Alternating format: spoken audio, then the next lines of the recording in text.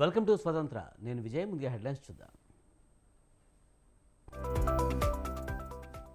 కాసేపట్లో టీపీసీసీ విస్తృత స్థాయి సమావేశం. లోక్సభ ఎన్నికలు, పార్టీ బలోపేతంపై చర్చ.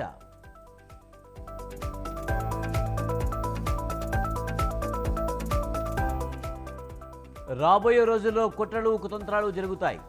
పొత్తుల కోసం కుటుంబాలను చీలుస్తారన్న జగన్.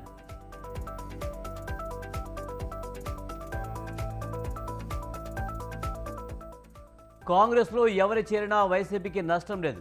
సంక్షేమ పథకాలే జగన్ను గెలిపిస్తాయన్న వైవి సుబ్బారెడ్డి.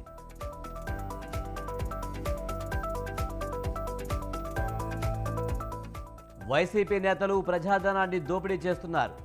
రైతులను రాష్ట్ర ప్రభుత్వం పట్టించుకోవడం లేదన్న పురంధరేశ్వరి.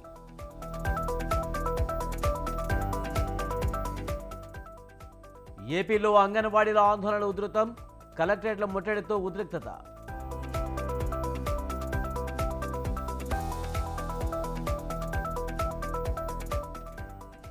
జపాన్లో పెరుగుతున్న మృతుల సంఖ్య, సహాయక చర్యలకు ఆటంకం.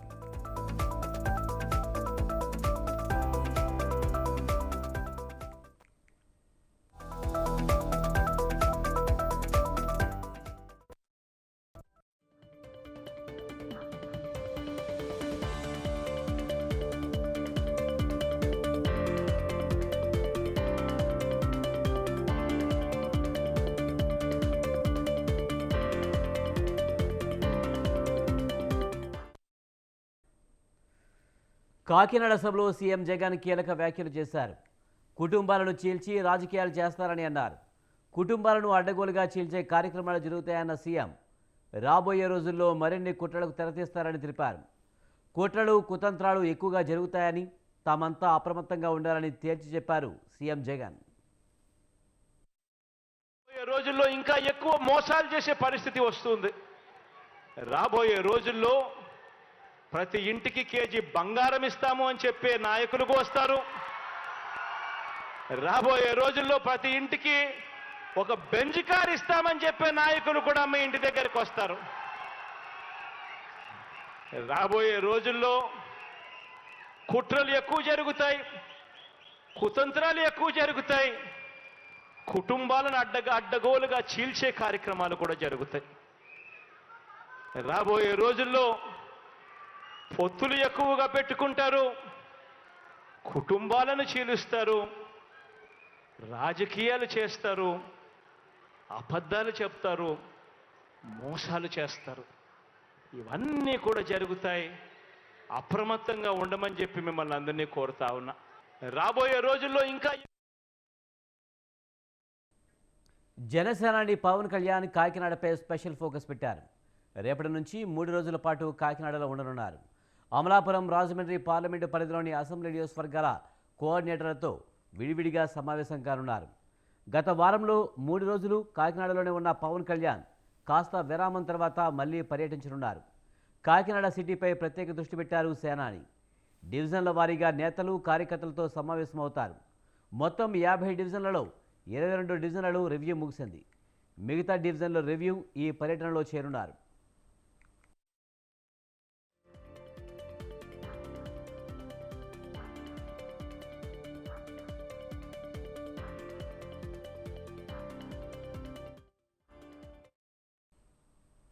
గతంలో వారాహి యాత్ర సమయంలో పవన్ కళ్యాణ్, వైఎస్ఆర్ కాంగ్రెస్ పార్టీకి చెందిన ఎమ్మెల్యే ద్వారంపూడి చంద్రశేఖర్ రెడ్డిల మధ్య సవాళ్లు, ప్రతి సవాళ్లు నడిచాయి. దమ్ముంటే తనపై పోటీ చేయాలని ద్వారంపూడి పవన్ కళ్యాణ్కు సవాల్ చేస్తే ఈసారి అసెంబ్లీలో అడుగు పెట్టనివ్వనని ద్వారంపూడికి ప్రతి సవాల్ చేశారు పవన్. స్థానిక నేతలు కూడా ఈసారి పవన్ కళ్యాణ్ను కాకినాడ సిటీ నుంచి పోటీ చేయమని కోరుతున్నారు. పరిస్థితులను బట్టి నిర్ణయం తీసుకుందామని ఆయన చెప్పారు. కాకినాడ టార్గెట్ సిటీగా స్ట్రాటజీ అమలు చేస్తున్నారు కళ్యాణ్. మరోవైపు తెలుగుదేశం, జనసేన పార్టీల పొత్తులో భాగంగా కాకినాడ పార్లమెంట్ జనసేనకు రానుంది. దానికి తగ్గట్టుగా పార్లమెంట్ సీట్లపై స్పెషల్ ఫోకస్ పెట్టారు జనసేనాని. ఇక కాకినాడ సిటీ అసెంబ్లీ స్థానంపై కూడా ఆయన ప్రత్యేకంగా దృష్టి సారించారు. పవన్ వరుస పర్యటనలతో అక్కడే ఎందుకు, వారం రోజుల్లో 2 సార్లు పర్యటన వెనుక మర్మం ఏంటి, ఆయన అక్కడి నుంచే బరిలోకి దిగుతారా, అందుకే అక్కడ టార్గెట్ పెట్టారనే చర్చ విస్తృతంగా సాగుతుంది.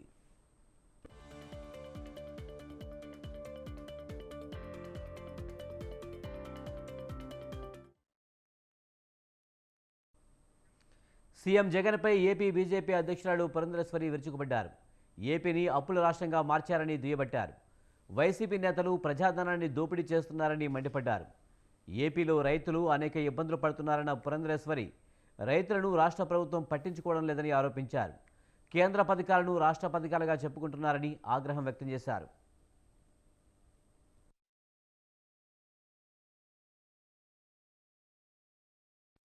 ఇప్పుడు చూసుకున్నట్లయితే రాష్ట్రంలో అంతకు ముందున్నటువంటి ప్రభుత్వం తెలుగుదేశం ప్రభుత్వం అధికారంలో ఉన్నప్పుడు 3.5 లక్షల కోట్ల అప్పు భారం ఈ రాష్ట్ర ప్రజల మీద మోపితే ఇవాళ అధికారంలోకి వచ్చినటువంటి వైఎస్ఆర్సీపీ ప్రభుత్వం దాన్ని మరింతగా పెంచి 12 లక్షల దాకా 12 లక్షల కోట్ల మేరకు ఇవాళ అప్పుల భారం ప్రజల మీద వేసింది.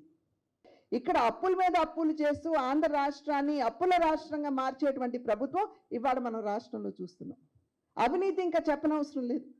ఏ పథకాన్ని ప్రవేశపెట్టినా అసలు ముందు నాకెంత వస్తుంది అనేటువంటి ఆలోచన ఎదురుగా ఉన్నటువంటి సమాజంలో ఉన్నటువంటి వారికి న్యాయం చేయడం చేయకపోవడం పక్కన పెడితే ముందు మా జేబులు ఎలా నింపుకోవాలి అనేటువంటి ఆలోచనతోటే పథకాన్ని ప్రవేశపెట్టడం. మాది రైతు రాజ్యం అని చెప్పుకునేటువంటి వైఎస్ఆర్సీపీ ప్రభుత్వం రైతులకి ఏమి న్యాయం చేసింది అని చెప్పి వేస్తున్నటువంటి ప్రశ్న. ఈ తుఫాన్ సందర్భంలో రైతుల దగ్గరికి వెళ్తే గోని సంచులు అందక కోసి రోడ్ల మీద పోసినటువంటి రైతులు నష్టపోయారు. ఇప్పుడు చూసుకున్నట్లయితే సీఎం జగన్ ఇంటికి వైఎస్ఆర్ తెలంగాణ పార్టీ అధ్యక్షురాలు షర్మిల వెళ్లనున్నారు. కుటుంబ సభ్యులతో కలిసి కడప నుంచి ప్రత్యేక విమానంలో గన్నవరం వెళ్లి అక్కడి నుంచి తాడేపల్లిలో ముఖ్యమంత్రి నివాసానికి చేరుకోనున్నారు. కుమారుడు రాజారెడ్డి వివాహ ఆహ్వాన పత్రికను సోదరుడు జగన్కు అందజేయనున్నట్లు షర్మిల సన్నిహితులు తెలిపారు. అనంతరం సాయంత్రం విజయవాడ నుంచి బయలుదేరి ఢిల్లీ వెళ్లనున్నట్లు వివరించారు. ఏపీలో పారిశుద్ధ్య కార్మికులు చేస్తున్న సమ్మె 9వ రోజుకు చేరింది. పారిశుద్ధ్య పనులు చేస్తున్న ప్రైవేటు వ్యక్తుల్ని గుంటూరు జిల్లా తెనాలిలో మున్సిపల్ కార్మికులు ఎక్కడికక్కడ అడ్డుకున్నారు. చెత్త సేకరిస్తున్న వాహనాలకు అడ్డుగా కూర్చుని నిరసన వ్యక్తం చేశారు. న్యాయమైన తమ డిమాండ్లను తక్షణం పరిష్కరించాలంటూ కార్మికులు నినాదాలు చేశారు. అడ్డుకున్న పోలీసులు యూనియన్ అధ్యక్షురాలతో పాటు కార్మికుల్ని పోలీసులు స్టేషన్కు తరలించారు.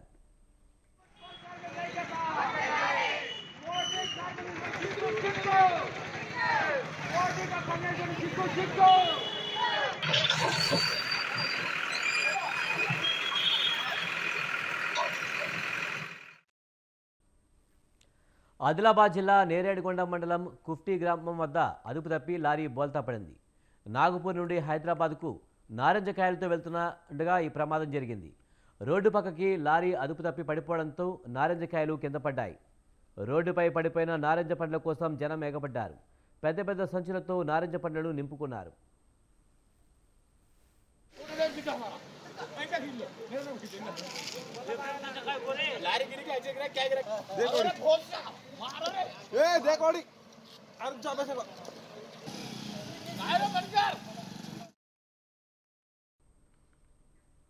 తూర్పుగోదావరి జిల్లా దేవరపల్లిలో ఘోర రోడ్డు ప్రమాదం జరిగింది. రాజమండ్రికి వెళ్తున్న కారు టైర్ పంచర్ కావడంతో డివైడర్ మీద నుంచి రాంగ్ రూట్లోకి దూసుకువెళ్లింది. దీంతో మరో కారును ఢీకొట్టింది. ఈ ప్రమాదంలో 9 నెలల చిన్నారి సహా 3 మృతి చెందారు. మరో 8 మందికి తీవ్ర గాయాలయ్యాయి. సమాచారం తెలుసుకున్న పోలీసులు కేసు నమోదు చేసుకుని దర్యాప్తు చేపట్టారు.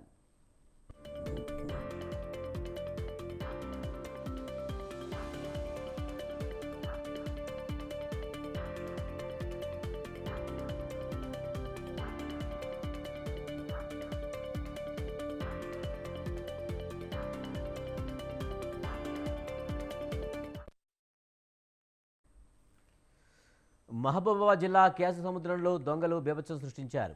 రామమందిరం సమీపంలోని ఓ ఇంట్లో 8 లక్షల రూపాయల నగదును అపహరించారు. దీంతో బాధితుడు పోలీసులకు ఫిర్యాదు చేశాడు. రంగంలోకి దిగిన పోలీసులు క్లోజ్ టీంతో విచారిస్తున్నారు.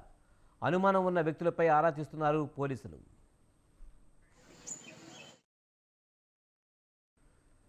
రంగారెడ్డి జిల్లా షాబాద్లో విద్యుత్ షాక్కు గురై ఒగ్గు కళాకారుడు 50 ఏళ్ల శివకుమార్ మృతి చెందాడు.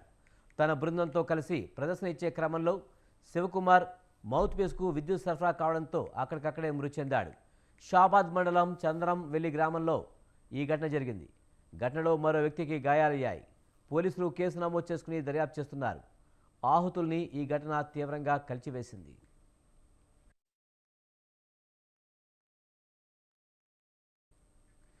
మేడ్చల్ జిల్లా ఫిర్జాదిగూడలోని శ్రీకర హాస్పిటల్ వద్ద ఉద్రిక్త వాతావరణం నెలకొంది. ఆసుపత్రి వద్ద కొంతమంది ఆందోళన చేపట్టారు. వీరికి స్థానిక బీజేపీ నాయకులు మద్దతుగా నిలిచారు.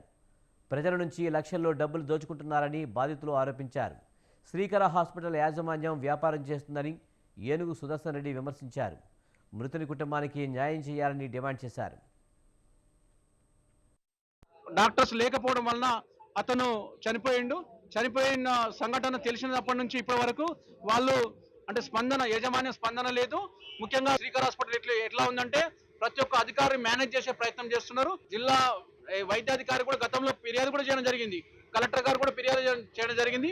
దీనిపై ఎటువంటి చర్యలు తీసుకుపోవడం ఏంటంటే వీళ్ళు ప్రతి నెలల అధికారులు అనుకోండి కొంతమంది నాయకులకు కూడా వీళ్ళు మామూలు అంటే వీళ్ళు వసూలు చేసి వాళ్ళకి ఇవ్వడం జరుగుతూ ఉంది. డోసులు ఎక్కువడం వల్ల డాక్టర్స్ లేకపోవడం వలన అతను చనిపోయిన సంఘటన తెలిసినప్పటి నుంచి ఇప్పటి వరకు. అసోంలోని గోల్ఘాట్ జిల్లాలో తెల్లవారుజామున బస్సు ట్రక్కు ఢీకొన్న ప్రమాదంలో 12 మంది చనిపోయారు. పలువురు గాయపడ్డారు. వారిలో ఇద్దరి పరిస్థితి విషమంగా ఉంది. దట్టమైన పొగమంచు కారణంగా మార్గం కనిపించకపోవడంతో ఈ ప్రమాదం జరిగిందని భావిస్తున్నారు. నేషనల్ హైవే 37పై దేర్గావ్ సమీపంలో ఈ ప్రమాదం జరిగింది.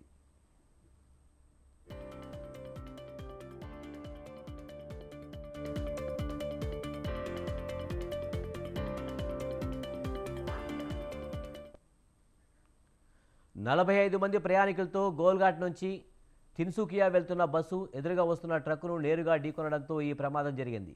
2 వాహనాల డ్రైవర్లు అక్కడికక్కడే చనిపోయారు. బస్సు ట్రక్కు నుంచి 10 మృతదేహాలను వెలికితీశారు.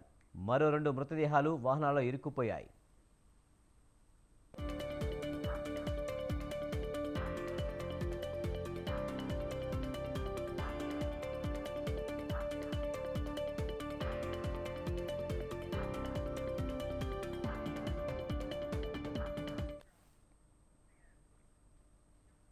దక్షిణ కైలాస క్షేత్రమైన శ్రీ కాళహస్తీశ్వర స్వామి దేవస్థానం ప్రతిష్టను కాపాడాలని విజ్ఞప్తి చేశారు ధర్మకర్తల మండలి చైర్మన్ అంజూరి తారక శ్రీనివాసులు. రాజకీయాల కోసం దేవస్థానంను వేదిక చేసుకుని అసత్య ఆరోపణలు చేయవద్దని హితవు పలికారు. ఆలయంలో జరుగుతున్న అభివృద్ధి పనులను అడ్డుకోవద్దని కోరారు. ఆలయంలో పురాతన రాతి మండపాలు ఏవీ తొలగించలేదని స్పష్టం చేశారు. 2 ఏళ్ల క్రితమే పోటు వద్ద ఉన్న స్టోర్ రూమ్ స్థానంలో ఆశీర్వాద మండపం ఏర్పాటు చేయాలని ధర్మకర్తల మండలి తీర్మానించిందని గుర్తు చేశారు.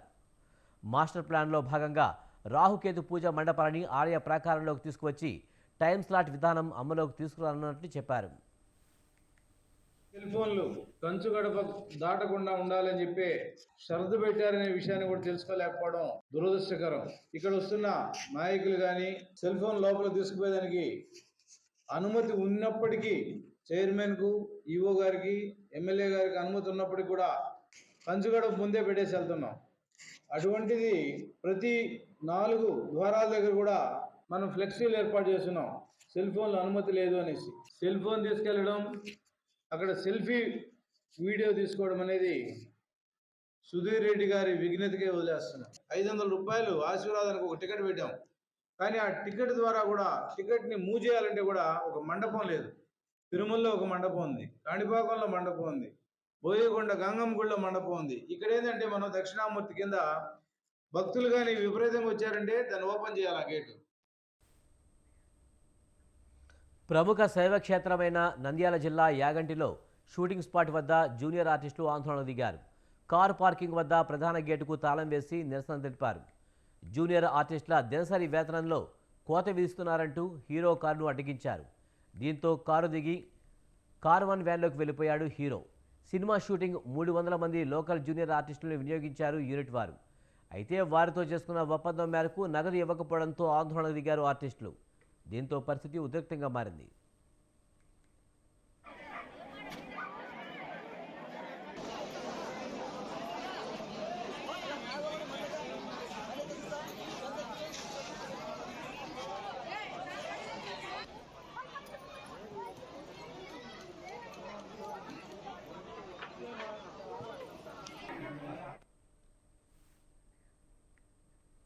అదానీ హిడెన్బర్గ్ విషయంలో సుప్రీంకోర్టు కీలక ఆదేశాలు ఇచ్చింది. దీనికి సంబంధించి సెబీ చేస్తున్న దర్యాప్తులో జోక్యం చేసుకోవడానికి నిరాకరించింది. ఈ కేసు విచారణను సెబీ నుంచి సిట్కు బదిలీ చేయడానికి తగిన ఆధారాలు లేవని వెల్లడించింది. అలాగే మిగిలిన దర్యాప్తును 3 నెలల్లోగా పూర్తి చేయాలని సెబీని ఆదేశించింది.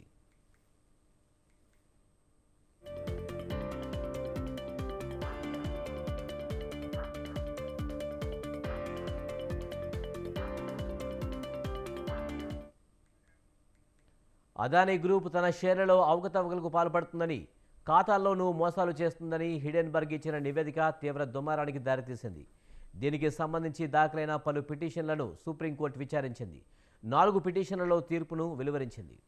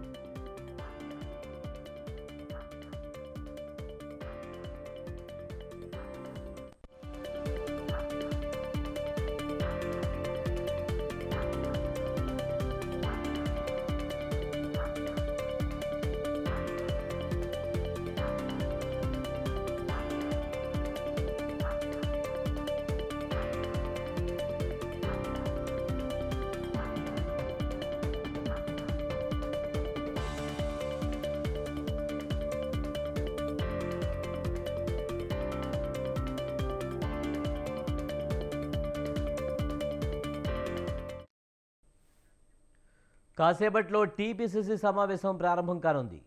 గాంధీ భవన్లో టీపీసీసీ చీఫ్ రేవంత్ రెడ్డి అధ్యక్షతన ఈ భేటీ జరగనుంది.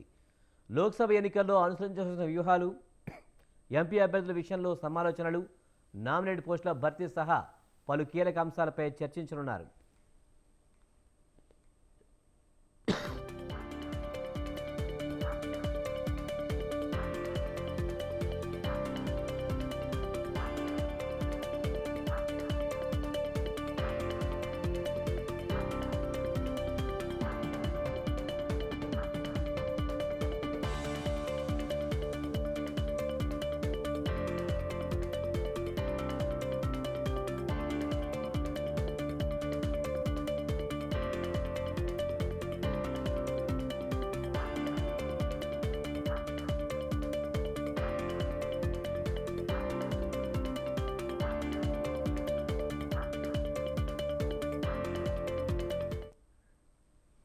కాసేపట్లో టీపీసీసీ సమావేశం ప్రారంభం కానుంది.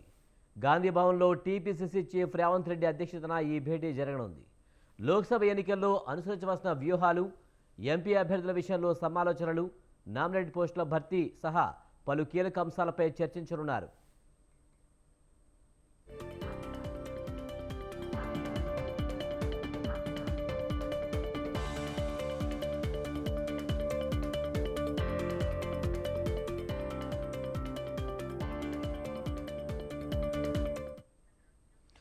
ఇదే అంశానికి సంబంధించి మరింత సమాచారాన్ని మా బ్యూరో చీఫ్ నరేష్ అందిస్తారు.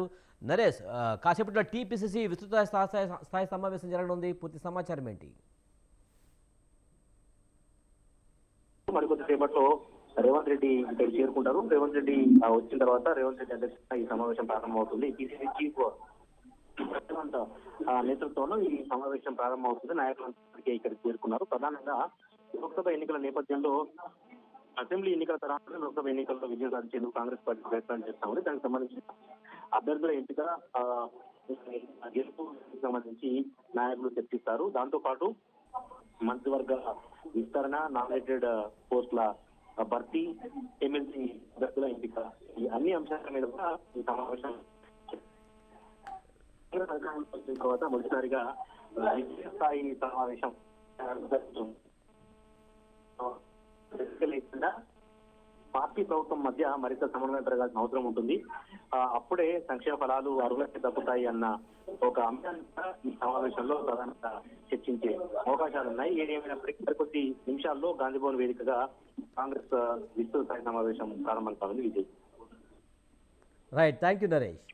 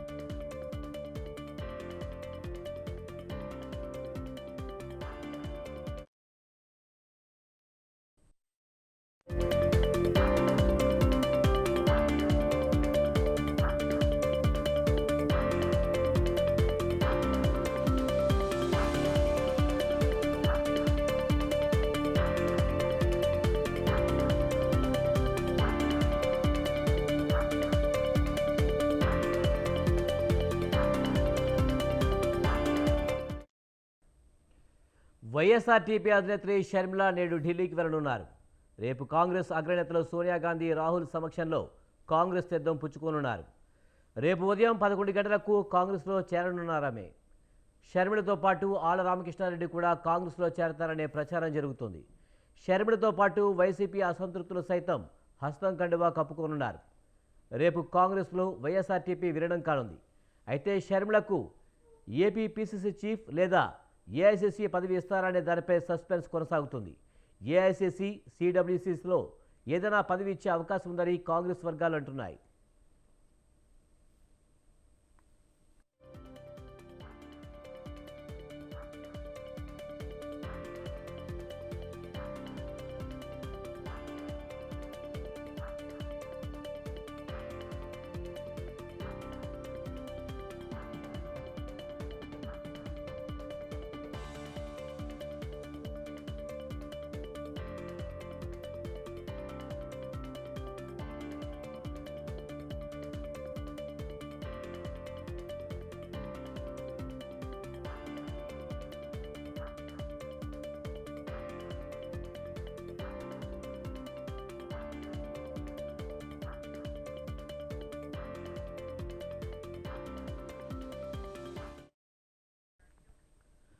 వైఎస్ఆర్టీపీ అధినేత్రి షర్మిల నేడు ఢిల్లీకి వెళ్లనున్నారు. రేపు కాంగ్రెస్ అగ్రనేతలు సోనియా గాంధీ, రాహుల్ సమక్షంలో కాంగ్రెస్ తీర్థం పుచ్చుకోనున్నారు. రేపు ఉదయం 11 గంటలకు కాంగ్రెస్లో చేరుతున్నారు. షర్మిలతో పాటు ఆళ్ల రామకృష్ణారెడ్డి కూడా కాంగ్రెస్లో చేరతారనే ప్రచారం జరుగుతోంది. షర్మిలతో పాటు వైసీపీ అసంతృప్తులు సైతం హస్తం కండువా కప్పుకోనున్నారు. రేపు కాంగ్రెస్లో వైఎస్ఆర్టీపీ విలీనం కానుంది. అయితే షర్మిలకు ఏపీ పీసీసీ చీఫ్ లేదా ఏఐసీసీ పదవి ఇస్తారన్న దానిపై సస్పెన్స్ కొనసాగుతుంది. ఏఐసీసీ, సిడబ్ల్యూసీలో ఏదైనా పదవి ఇచ్చే అవకాశం ఉందని కాంగ్రెస్ వర్గాలు అంటున్నాయి.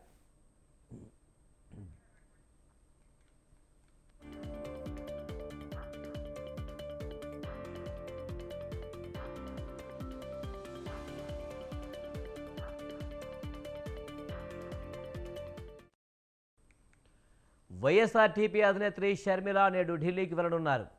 రేపు కాంగ్రెస్ అగ్రనేతలు సోనియా గాంధీ, రాహుల్ సమక్షంలో కాంగ్రెస్ తీర్థం పుచ్చుకోనున్నారు. రేపు ఉదయం 11 గంటలకు కాంగ్రెస్లో చేరుతున్నారు. షర్మిలతో పాటు ఆళ్ల రామకృష్ణారెడ్డి కూడా కాంగ్రెస్లో చేరతారనే ప్రచారం జరుగుతుంది. షర్మిలతో పాటు వైసీపీ అసంతృప్తులు సైతం హస్తం కండువా కప్పుకోనున్నారు. రేపు కాంగ్రెస్లో వైఎస్ఆర్టీపీ విలీనం కానుంది. అయితే షర్మిలకు ఏపీ పీసీసీ చీఫ్ లేదా ఏఐసీసీ పదవి ఇస్తారనే దానిపై సస్పెన్స్ కొనసాగుతుంది. ఏఐసీసీ, సిడబ్ల్యూసీలో ఏదైనా పదవి ఇచ్చే అవకాశం ఉందని కాంగ్రెస్ వర్గాలు అంటున్నాయి. ఇక దీనిపై మరింత సమాచారాన్ని మా ప్రతినిధి రాజు అందిస్తారు. రాజు, షర్మిల ఢిల్లీ టూర్కి సంబంధించి పూర్తి సమాచారం ఏంటి? రైతు విజయ్, గత కొంతకాలంగా కాంగ్రెస్ పార్టీలో షర్మిల పార్టీ విలీనం సంబంధించి పెద్ద ఎత్తున చర్చ జరుగుతుంది. దానికి రేపటితో ఒక పులి స్టాప్ పడేటటువంటి అవకాశం ఉంది. ఇప్పటికే షర్మిల ఇడుపులపాయలోని వైఎస్ సమాధి రేపు పార్టీని విలీనం చేస్తున్నట్టు ప్రయత్నం చేసింది. అయితే పార్టీ, కాంగ్రెస్ పార్టీ షర్మిలకు ఎటువంటి పదవి కట్టబెడుతుంది అనేది కూడా కొంత సస్పెన్స్ అయితే ఉంది.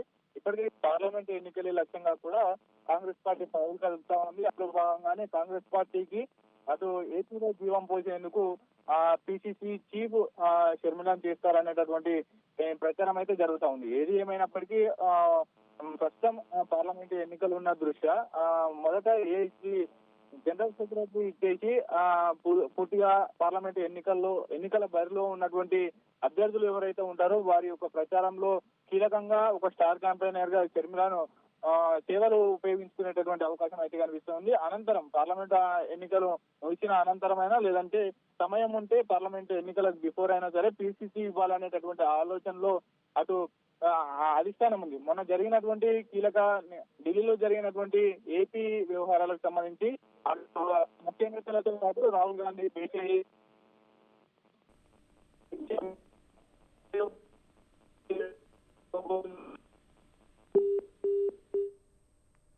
Right, thank you Raju.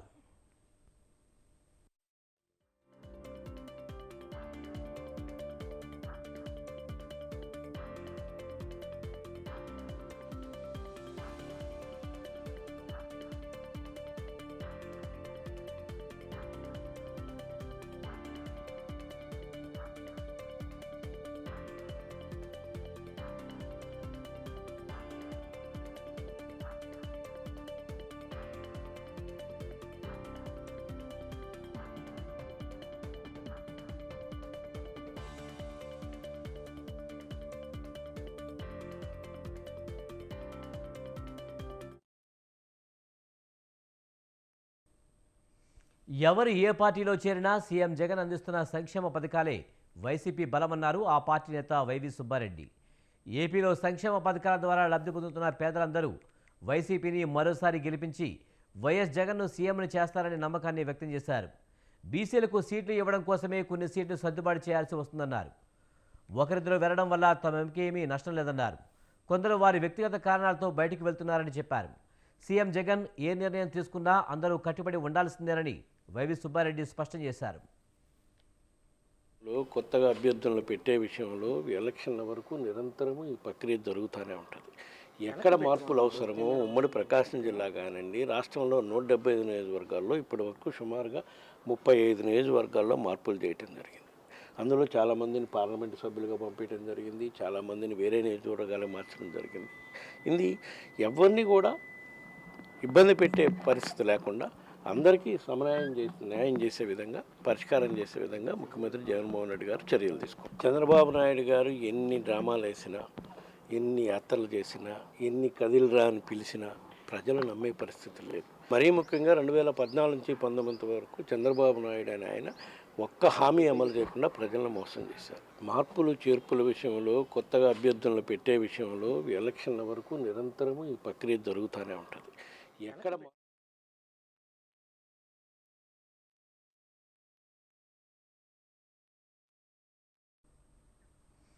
YS Sharmila తమ వైఎస్ఆర్ తెలంగాణ పార్టీని కాంగ్రెస్లో విలీనం చేసేందుకు రంగం సిద్ధమైంది. షర్మిల లోటస్ పాండ్లోని పార్టీ కార్యాలయంలో అత్యవసర భేటీ నిర్వహించి పార్టీ నాయకులు, కార్యకర్తలతో కీలక సమావేశం జరిపారు. పార్టీ విలీనం, భవిష్యత్ కార్యాచరణపై ఆమె ఈ సమావేశంలో చర్చించారు. ఈ నెల 4న ఢిల్లీకి రావాలని ఏఐసీసీ అధ్యక్షులు మల్లికార్జున ఖార్గే నుంచి ఆహ్వానం అందింది. అదే రోజు పార్టీ విలీనం జరుగుతుంది.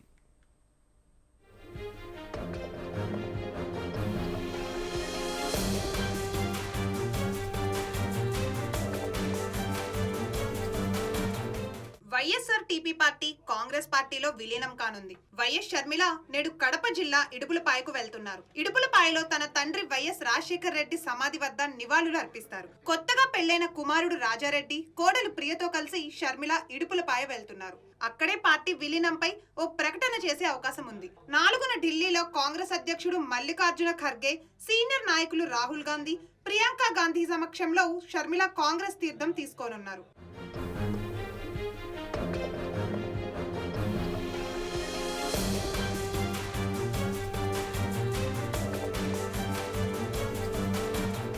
షర్మిల తెలంగాణలో వైఎస్ఆర్ పార్టీ ఏర్పాటు చేసి రాజన్న రాజ్యం తెస్తాము అన్న నినాదంతో పార్టీని ప్రజల్లోకి తీసుకువెళ్లేందుకు ఎంతో కష్టపడ్డారు. తెలంగాణలో పాదయాత్ర చేస్తూ అప్పటి బీఆర్ఎస్ పార్టీకి వ్యతిరేకంగా గొప్ప పోరాటమే చేశారు. పలుసార్లు అరెస్ట్ అయ్యారు. ఒక దశలో ఖమ్మం జిల్లా నుంచి పోటీ చేసేందుకు సిద్ధమయ్యారు. అసెంబ్లీ ఎన్నికలకు ముందే కాంగ్రెస్ పార్టీలో వైఎస్ఆర్టీపీ విలీనంపై చర్చలు జరిగినా ఓ నిర్ణయానికి రాలేకపోయారు. అయినా అసెంబ్లీ ఎన్నికల్లో ప్రభుత్వ వ్యతిరేక ఓటు చీలకుండా ఉండేందుకు కాంగ్రెస్ కు మద్దతుగా వైఎస్ఆర్టీపీ పోటీ నుంచే వైదొలిగింది.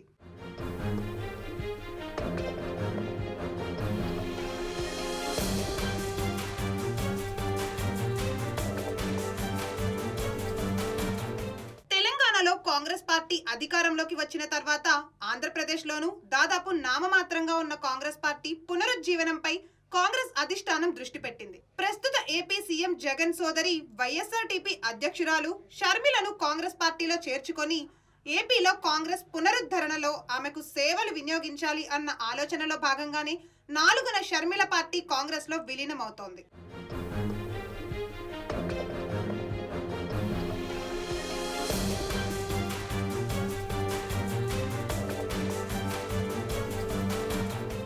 షర్మిల కాంగ్రెస్ పార్టీలో చేరుతున్న విషయాన్ని భేటీ అనంతరం వైఎస్ఆర్టీపీ ముఖ్య నేత తూడి దేవేందర్ రెడ్డి ధృవీకరించారు. కాంగ్రెస్ పార్టీలో ఏ హోదాలో అవసరమైతే ఆ హోదాలో పనిచేసేందుకు షర్మిల అంగీకరించినట్లు తెలిపారు.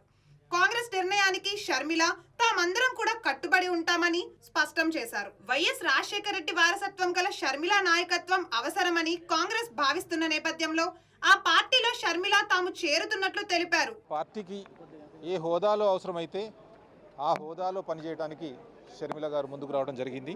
ఆ విషయంలో కాంగ్రెస్ పార్టీ ఏ నిర్ణయం తీసుకున్నా కూడా షర్మిల గారు కట్టుబడి ఉంటామని చెప్పడం జరిగింది. వారితో కూడా వైఎస్ఆర్ తెలంగాణ పార్టీలో ఉన్న మేమందరం కూడా కట్టుబడి ఉంటామని చెప్పాం. జాతీయ స్థాయి పార్టీ, ఈ పార్టీకి ఈ రోజున జాతీయ స్థాయిలో ఇటు తెలుగు రాష్ట్రాల్లో కూడా రాజశేఖర రెడ్డి గారి వారసత్వం కలిగిన వైఎస్ షర్మిల గారి నాయకత్వం అవసరమని కాంగ్రెస్ పార్టీలోని పెద్దలందరూ కూడా భావించడంతో వారు వైఎస్ షర్మిల గారిని కాంగ్రెస్ పార్టీలోకి ఆహ్వానించారు, సాదరంగా ఆహ్వానించారు. దాన్ని పురస్కరించుకొని 4వ తారీఖు నాడు కాంగ్రెస్ పార్టీలో మేమందరం కూడా జాతీయ స్థాయిలో పరిమితం కాబోతున్నారు, భారతదేశ వ్యాప్తంగా పరిమితం కాబోతున్నారు. కాంగ్రెస్ పార్టీ ఏ హోదాలో పనిచేయమన్నా ఆ హోదాలో పనిచేయడానికి వెనుకాడే అవకాశం లేదు. ఏ హోదా అయినా కాంగ్రెస్ పార్టీ మీరు పలానా విషయంలో కాంగ్రెస్ పార్టీకి ప్రజలకు ఉపయోగపడే అవకాశం ఉందంటే ఆ హోదాలో పనిచేయడానికి షర్మిల గారు సానుకూలంగా ఉన్నారు. షర్మిల కాంగ్రెస్ పార్టీలో చేరబోతున్నట్లు గతంలోనే పార్టీ సీనియర్ నాయకుడు వి హనుమంతరావు, ఏపీసీసీ అధ్యక్షుడు గిడుగు రుద్రరాజు కూడా ధృవీకరించారు. పార్టీలో చేరిన తర్వాత షర్మిలకు ఏఐసీసీ పదవి ఇస్తారా లేక ఏపీసీసీ బాధ్యతలు అప్పగిస్తారా అన్న సస్పెన్స్ కొనసాగుతోంది. షర్మిలకు ఏపీ కాంగ్రెస్ బాధ్యతలు అప్పగించాలి అనే రాహుల్ గాంధీ మొగ్గు చూపుతున్నారు. ఆ విధంగా ఏపీ సీఎం జగన్ కు చెక్ పెట్టడంతో పాటు ఏపీ ప్రజల్లో కాంగ్రెస్ పట్ల వైఎస్ రాజశేఖర్ రెడ్డిపై ఉన్న ప్రేమ ఆదరణలను క్యాష్ చేసుకునే ప్లాన్ లో కాంగ్రెస్ ఉంది.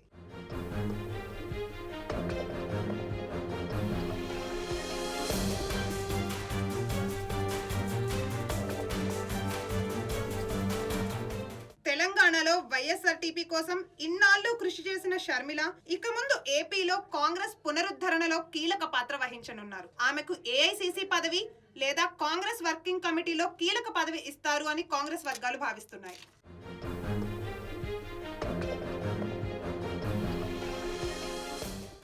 ఏపీ సీఎం వైఎస్ జగన్ పాలనా వైఫల్యాలను ప్రజల్లోకి తీసుకురావడమే ప్రధాన లక్ష్యంగా కార్యక్రమాలకు రూపకల్పన చేసింది టీడీపీ. ఇందులో భాగంగా మిత్రపక్షమైన జనసేనతో కలిసిరా కదలిరా అంటూ రేపటి నుంచి ప్రజల్లోకి వెళ్లనున్నారు. ఇందుకు సంబంధించి సైకిల్, గాజు గ్లాస్తో కూడిన లోగోను ఆవిష్కరించారు తెలుగు తమ్ముళ్ళు.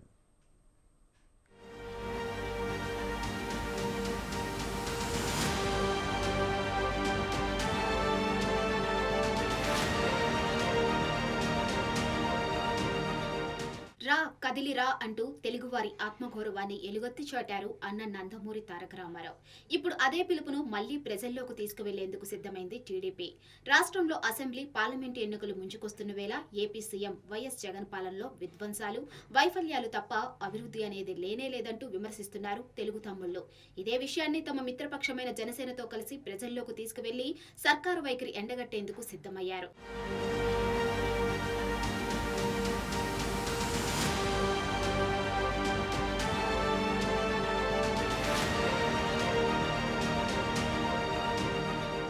ఈ క్రమంలోనే రెండు పార్టీల తరపున ఉమ్మడి లోగో ఆవిష్కరించారు ఏపీ టీడీపీ చీఫ్ అచ్చెన్నాయుడు.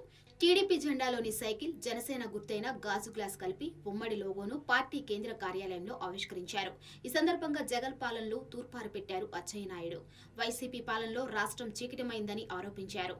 ఆంధ్రప్రదేశ్ను కాస్త ఆందోళన ప్రదేశ్గా మార్చిన ఘనత జగన్దేనని ఎద్దేవా చేశారు అచ్చెన్నాయుడు. రాష్ట్రంలో ఉన్నటువంటి గ్రామ పంచాయతీ సర్పంచులు, ఎంపీపీలు, జెడ్పీటీసీలు, జిల్లా పరిషత్ చైర్మన్స్, పదవిలో ఉన్న వాళ్ళు లేని వాళ్ళందరినీ పిలుస్తున్నారు. 2014 నుంచి 19 వరకు స్థానిక సంస్థలకు ఒక స్వర్ణయుగం. ఒక సర్పంచ్ కి చేసిన, ఎంపీపీకి చేసిన, జిల్లా పరిషత్ చైర్మన్ కి చేసిన ఆ గౌరవాన్ని తీసుకొచ్చినటువంటి పార్టీ ప్రభుత్వం తెలుగుదేశం ప్రభుత్వం. ఈ 4 సంవత్సరాలు 7 మాసాల్లో నిర్వీర్యం చేశారు. ఈ రోజు వీరు ఏ రకంగా నిర్వీర్యం చేశారో ఒకసారి చెప్పడం, రేపు అధికారంలోకి వచ్చిన తర్వాత మళ్ళీ స్థానిక సంస్థల్ని ఏ విధంగా బలోపేతం చేస్తాం, నిధులే రకంగా ఇస్తాం, విధులే రకంగా ఇస్తాం, వారి గౌరవాన్ని ఏ రకంగా పెంచుతామో ఒక మెసేజ్ ఇవ్వాలని చెప్పి రేపు వర్క్ షాప్ కూడా ఏర్పాటు చేసుకున్నాం. టీడీపీ జనసేన ఉమ్మడి కార్యాచరణలో భాగంగా పంచాయతీ సమస్యలపై ఈ నెల 3న సర్పంచులతో రాష్ట్ర స్థాయి సదస్సు నిర్వహించనున్నారు.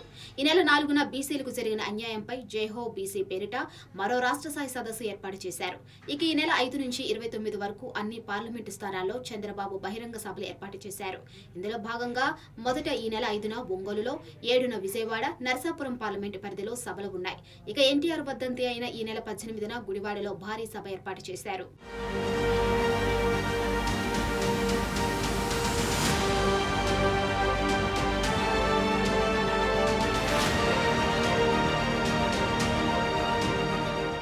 రాష్ట్రంలో స్వర్ణయుగం తెలుగుదేశంతోనే సాధ్యమనే నినాదంతో ప్రజల్లోకి వెళ్తున్నామన్నారు ఏపీ టీడీపీ అధ్యక్షుడు అచ్చెన్నాయుడు. అన్ని సభలు టీడీపీ జనసేన సంయుక్త ఆధ్వర్యంలోనే జరగనున్నట్లు తెలిపారు. టీడీపీ అధినేత చంద్రబాబు, జనసేన అధిపతి పవన్ కళ్యాణ్ కలిసి పాల్గొనే సభల వివరాలు త్వరలోనే ప్రకటిస్తామన్నారు అచ్చెన్నాయుడు.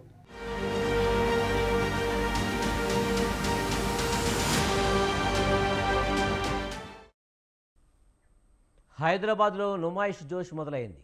కొత్త సంవత్సరం ఆరంభం నాడు నుమాయిష్ ఎగ్జిబిషన్ ప్రారంభం కాగా జనం రద్దీ పెరుగుతోంది. నాంపల్లి ఎగ్జిబిషన్ గ్రౌండ్స్లో నుమాయిష్ దశాబ్దాలుగా భాగ్యనగర వాసులను అలరిస్తుంది. ఈ ఏడాది ఫిబ్రవరి 15 వరకు 46 రోజుల పాటు ఈ ఎగ్జిబిషన్ కొనసాగనుంది.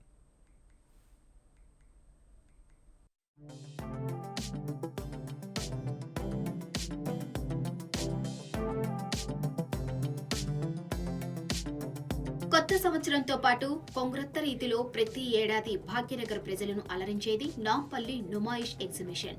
నాంపల్లి ఎగ్జిబిషన్ మైదానంలో నుమాయిష్ ను సీఎం రేవంత్ రెడ్డి ప్రారంభించారు. రాష్ట్ర మంత్రులు శ్రీధర్ బాబు, పొన్నం ప్రభాకర్ తదితర ప్రముఖుల సమక్షంలో ఈ ప్రదర్శన ప్రారంభమైంది. 2024 జనవరి 1 నుంచి ఫిబ్రవరి 15 వరకు నెల 15 రోజుల పాటు కొనసాగే ఈ ప్రదర్శనలో సాధారణ వస్తువులతో పాటు పలు కళలకు సంబంధించిన ఎన్నో వస్తువులు చూపరులకు కనువిందు చేస్తాయి. సరసమైన ధరలకు ఈ గొప్ప వస్తువులు లభ్యమవుతాయి.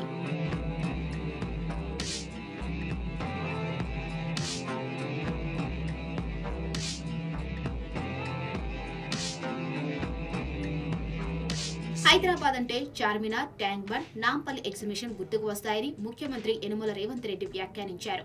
ఎన్నో కళలకు సంబంధించిన వస్తువులు ఈ ప్రదర్శనలో ఏర్పాటు చేయడం అభినందనీయమని రాష్ట్ర ముఖ్యమంత్రి రేవంత్ రెడ్డి తెలిపారు. నుమాయిష్ కమిటీ ఆధ్వర్యంలో నడిచే విద్యా సంస్థలకు ప్రభుత్వం పూర్తి తోడ్పాటు అందిస్తుందని సీఎం చెప్పారు. 10 ఏళ్లుగా పేరుకుపోయిన సమస్యలన్నీ పరిష్కరిస్తామని చెప్పారు.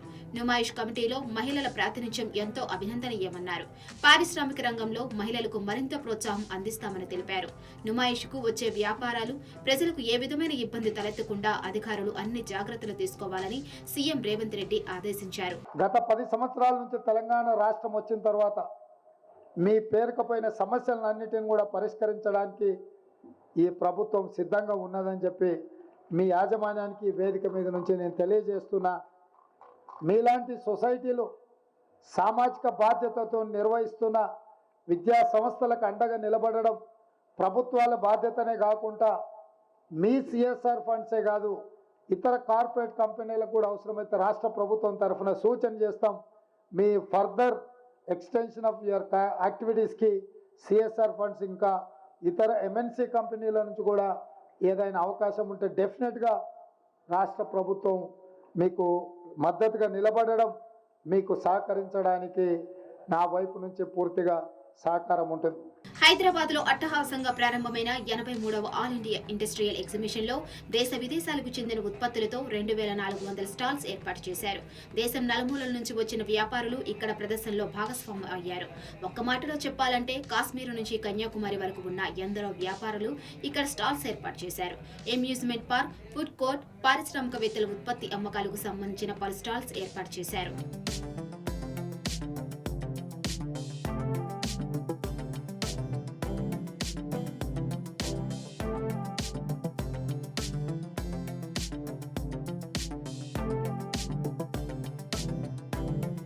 నుమాయిష్ ఎంట్రన్స్ టికెట్ ధర 40 రూపాయలు కాగా 5 ఏళ్లలోపు పిల్లలకు ప్రవేశం ఉచితం.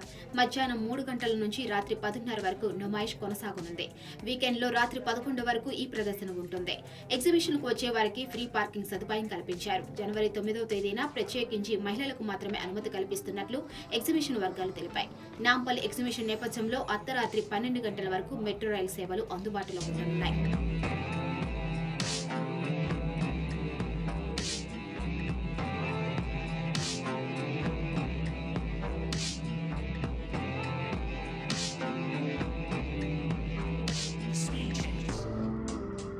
కొత్త సంవత్సరంలో కొత్త వెలుగు జిలుగులతో ఏర్పాటైన నుమాయిష్ ఎగ్జిబిషన్ కు అప్పుడే అపరిమితంగా జనాలు తరలివస్తున్నారు. హాల్స్ అన్ని కొనుగోలుదారులు చూపర్లతో కిటకిటలాడుతున్నాయి. గతంలో జరిగిన పొరపాట్లు పునరావృతం కాకుండా ఎగ్జిబిషన్ కమిటీ అన్ని ముందస్తు జాగ్రత్తలు చేపట్టింది. 2019 నుమాయిష్ లో అగ్ని ప్రమాదం సంభవించింది. నాడు కోట్ల రూపాయల మేర ఆస్తి నష్టం జరిగింది. ఈ ఏడాది ఎగ్జిబిషన్ మొత్తం సీసీ కెమెరాల నిఘాలో ఉంచారు. పోలీసులే కాకుండా ప్రైవేట్ సెక్యూరిటీ సైతం నిరంతర సేవలు అందిస్తుంది. పోలీస్, అగ్నిమాపక శాఖ, ఇతర ప్రభుత్వ శాఖలు అప్రమత్తంగా ఉండి నుమాయిష్ ను పూర్తిగా విజయవంతం చేయాలని చర్యలు తీసుకుంటున్నాయి.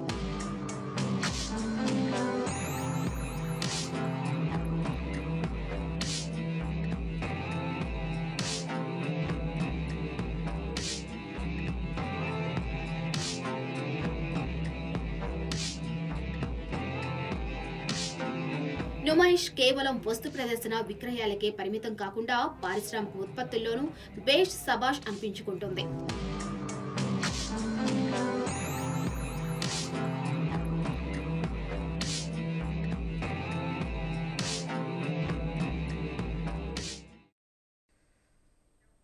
ఇవి ఈ బులెటిన్ విశేషాలు. చూస్తూనే ఉండండి స్వతంత్ర.